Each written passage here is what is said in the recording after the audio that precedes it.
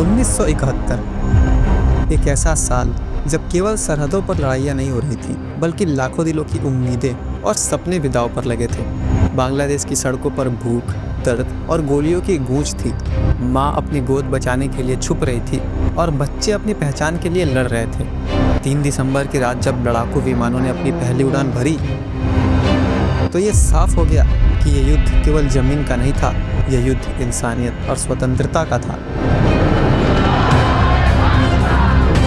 भारत ने जब जय बांग्ला का नारा बुलंद किया, तो ये सिर्फ एक समर्थन नहीं, बल्कि एक पूरे नए पहचान के जन्म की शुरुआत थी। ये कहानी है उन अनगिनत बलिदानों की जो कभी कागज पर नहीं लिखे गए।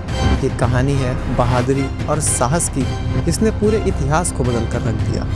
कुछ ही घंटे पहले करीब 5:30 बजे शाम के 3 दिसंबर को पाकिस्तान ने हमारे ऊपर एक हमला किया।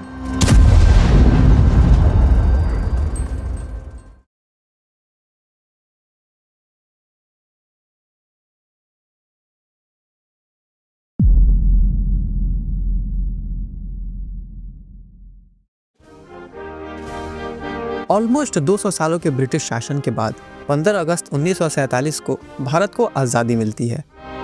At the stroke of the midnight hour, when the world sleeps, India will awake to life and freedom. लेकिन इस आज़ादी के साथ साथ हमारे देश भारत को 2 हिस्सों में बांट दिया गया, हिंदुस्तान और पाकिस्तान। पाकिस्तान खुद भी 2 हिस्सों में बटा हुआ था, वेस्ट पाकिस्तान और ईस्ट पाकिस्तान, जिसे आज हम बांग्लादेश के नाम से जानते हैं। शुरू से ही वेस्ट पाकिस्तान के लोग ईस्ट को पसंद नहीं करते थे, क्योंकि वहाँ का कल्चर और लैंग्वेज वेस्ट पाकिस्तान से बिल्कुल अलग था। जहाँ वेस्ट पाकिस्तान में उर्दू बोली जाती थी, वहीं ईस्ट पाकिस्तान में बंगाली। वेस्ट पाकिस्तान में बंगाली बोलने वाले लोगों को उर्दू बोलने वाले लोगों से कमतर समझा जाता था।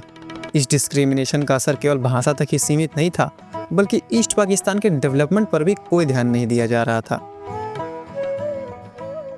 बात यह है कि हमने बंगालियों को कभी अपना बराबर नहीं समझा था। मुझे तो याद है कि स्कूल में जो बंगाली बच्चे होते थे, हम उनका मजाक उड़ाते थे।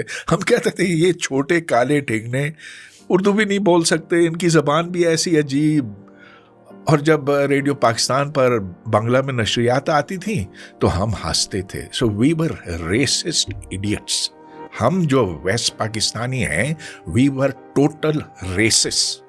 जहाँ पाकिस्तान की 56% पॉपुलेशन ईस्ट में रहती थी, वहीं पावर और रिसोर्सेज का पूरा कंट्रोल वेस्ट पाकिस्तान के हाथों में था। 1948 में governor general of Pakistan Mohammad Ali Jinnah ने एक ऐसा फैसला किया जो ईस्ट पाकिस्तान के लोगों के दिलों में दर्द और गुस्से की एक गहरी छाप छोड़ गया। उर्दू, जो सिर्फ एक छोटी पॉपुलेशन बोलती थी, उसे as a sole national language declare कर दिया गया। Let me make it very clear to you, leave no doubt that the state language of Pakistan is going to be Urdu and no other language. And anyone who tries to mislead you is really the enemy of Pakistan. Without state language, no nation can remain tied up solidly together and work together. ये फैसला बिना ये सोचे समझे लिया गया कि east Pakistan के लोग जो बंगाली बोलते हैं, उनका क्या होगा। उन्होंने इस फैसले को अपनी आइडेंटिटी और कल्चर को खत्म करने की कोशिश समझा। इसी डिस्कंटेंट के बीच एक मूवमेंट शुरू हुआ जो बंगाली लैंग्वेज मूवमेंट के नाम से जाना जाता है। 21 फरवरी 1952 को ढाका के शहीद मीनार के पास एक पीसफुल प्रोटेस्ट के दौरान पुलिस ने chief minister of east Bengal Nurul Amin के ऑर्डर पर बंगाली प्रोटेस्टर्स पर ओपन फायर कर दिया।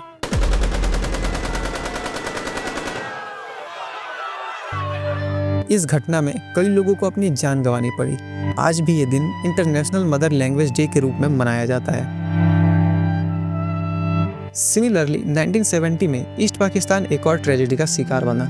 The devastating Bhola cyclone strikes East Pakistan, one of the deadliest cyclones recorded in history. एक डेडली साइक्लोन ने हर तरफ तबाही मचा दी। इस साइक्लोन में लगभग 3 लाख से 5 लाख लोग अपनी जान से हाथ धो बैठे। साइक्लोन के बाद रिलीफ एफर्ट में काफी देर हुई और पाकिस्तान की गवर्नमेंट ने ईस्ट पाकिस्तान के लिए मदद भेजने में देर कर दी। We found that there was no response from Pakistan. I mean, Western Wing no assistance came from them. And we were very bitter and dejected about the whole thing. तबाही के बाद रिलीफ एफर्ट में होने वाली delay ने east Pakistan के लोगों का गुस्सा और फ्रस्ट्रेशन और भी ज़्यादा बढ़ा दिया। रिलीफ एफर्ट की कमी सिर्फ एक नेचुरल डिजास्टर का इशू नहीं था, ये डिस्क्रिमिनेशन का सबसे बड़ा एग्जाम्पल था।